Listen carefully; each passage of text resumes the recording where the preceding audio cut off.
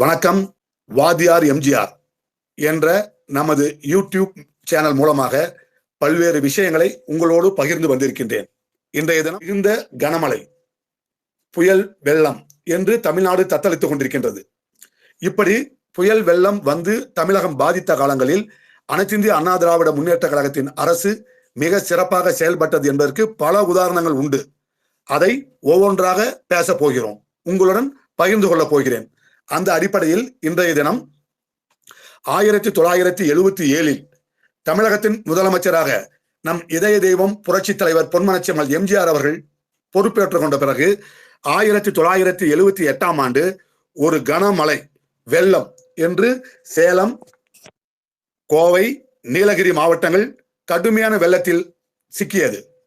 மழை வெள்ளத்தில் சிக்கிய பல பகுதிகள் தத்தளித்த பொழுது அந்த பாதிக்கப்பட்ட மக்களுக்கு ஆறுதல் கூறவும், அந்த மக்களை சந்திக்கவும், களத்தினை ஆய்வு செய்யவும் சென்னையிலிருந்து விரைந்து வந்தார் தமிழக முதல்வராக இருந்த நம் இதய தெய்வம் புரட்சி தலைவர் எம்ஜிஆர் அவர்கள்.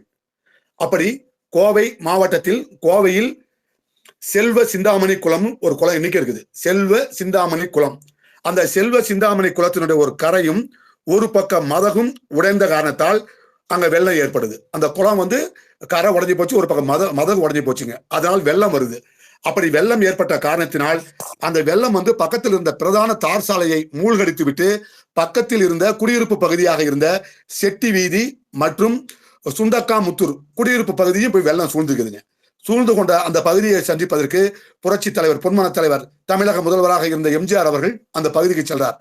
அவர் போன உடனே அந்த பகுதி மக்களை சந்திக்க வேண்டும் என்பதற்காக தன்னுடைய வேட்டியை மடித்து கட்டிக்கொண்டு அந்த தண்ணீரை இறங்கி நடக்கிறாரு. அமைச்சர் பெருமக்கள் உள்ளிட்ட அனைவரும் புரட்சி தலைவரோடு வராங்க. எதற்காக? மக்களுக்கு ஆறுதல் சொல்வதற்காக. எப்படி இன்றைக்கு இந்த பெங்கல் புயலை பார்த்தவுடன் அண்ணன் எடப்பாடியார் அவர்கள் விழுப்புரம், மரக்காணம் பகுதிகளிலே வேட்டியை மடித்து கட்டிக்கொண்டு விவசாயிகளை சந்திக்க பாதிக்கப்பட்ட மக்களை செல்கின்றாரோ, அதே போல அன்றைக்கு புரட்சி தலைவர் எம்ஜிஆர் அவர்கள் மக்களை சந்திப்பதற்கு தன் வேட்டியை மடித்துக் கொண்டு அந்த மக்களுக்கு ஆறுதல் சொல்ல செல்கின்ற பொழுது புரட்சி தலைவர் எம்ஜிஆர் அவர்கள் மக்கள் பாதிக்கப்பட்டிருப்பதை பார்த்துவிட அந்த உணர்ச்சி வசப்பட்டவராக காலு இந்த அணிவணி செருப்பை காரிலேயே விட்டுட்டு வெறுங்காலோட வந்துட்டாருங்க. வெறுங்காலால வந்ததுல காலில் முள் தைக்கிறது, அதை பற்றிலாம் கவலையோ படல. மக்களை சந்திப்பதை விட இந்த முள்ளெல்லாம் எனக்கு ஒரு பிரச்சனை இல்லை என்று சொல்லி அந்த மக்களை சந்திப்பதற்கு செல்கின்றார். அவர்களுக்கு ஆறுதல் கூறுகின்றார். அப்படி ஆறுதல் கூறிவிட்டது மட்டுமல்லாமல் அடுத்து என்ன தீர்வு, அது முக்கியங்க. இந்த தீர்வை பேசாத ஒரு அரசு என்று சொன்னால் அது திமுக அரசு. அன்றைக்கு கருணாநிதி அரசாக இருந்தாலும் சரி, இன்றைக்கு கருணாநிதியின் மகன் மு.க. ஸ்டாலின் அரசாக இருந்தாலும் சரி, அந்த பாதிக்கப்பட்ட போது நாடகம் ஷூட்டிங் நடத்துவார்களே தவிர மக்கள் குறைகளை நிரந்தர தீர்வு காண மாட்டார்கள். ஆனால் புரட்சி தலைவர் பொன்மனச்செம்மல் எம்ஜிஆர் அவர்கள் செல்வ சிந்தாமணி குளத்தின் பகுதியை சுற்றி இருக்கின்ற மக்களை சந்தித்து விட்டு செல்வ சிந்தாமணி குளத்தின் உடைந்த பகுதியில் ஒரு மதகு புதிதாக கட்டி அதில் திறக்கப்படும். நீர் அங்குள்ள வாய்க்கால் மூலம் உக்கடம் பெரிய குளத்திற்கு செல்லும் வகையிலும், அதே வழியில் ஒரு பாலம், தடுப்பு சுவர் கட்டுமாறும் உத்தரவு பிறப்பித்தார். அதே இடத்தில் மக்கள் நலம் சார்ந்து மக்கள் நலம் காத்த மகத்தான தலைவர் புரட்சி தலைவர் பொன்மனச்செம்மல் எம்ஜிஆர் அவர்கள். அதை தொடர்ந்து பணிகள் மிக சுறுசுறுப்பாக நடைபெற்ற காரணத்தால் அங்கே புதிய மதகும் தடுப்பு சுவரும் ஏற்படுத்தப்பட்டது. அப்படி கட்டப்பட்ட அந்த மதகுக்கு புரட்சி தலைவர் எம்ஜிஆர் அவர்களின் நினைவாக எம்ஜிஆர் மதகு என்றே இன்றளவும் மக்கள் நன்றியுடன் அழைக்கிறார்கள். என்றால் இதுதாங்க ஒரு மக்கள் தலைவங்கிறது.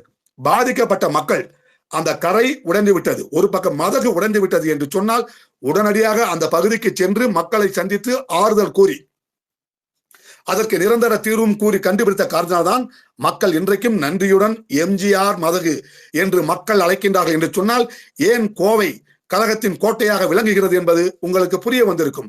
இப்படி மக்களோடு மக்களாக வாழ்ந்த தலைவர்கள் தான் புரட்சி தலைவர் எம்ஜிஆர் அவர்களும் புரட்சி தலைவர் அம்மா அவர்களும். அதே வழியில் 2026 அனைத்து இந்திய அண்ணா திராவிட முன்னேற்ற கழகத்தின் அரசு அண்ணன் எடப்பாடியார் தலைமையில் அமைய வேண்டும். விவசாயிகளுடைய அத்திக்கடவு அவிநாசி திட்டம் அந்த பிரச்சனை 60 ஆண்டு கால பிரச்சனையை தீர்த்து வைத்த அண்ணன் எடப்பாடியாருடைய ஆட்சி அமைய நாம் அனைவரும் உறுதியேற்போம் என்று கூறி உங்களிடம் இருந்து விடைபெறுகிறேன். நன்றி, வணக்கம். வாழ்க தமிழ், வெல்லட்டும் தமிழ். நன்றி.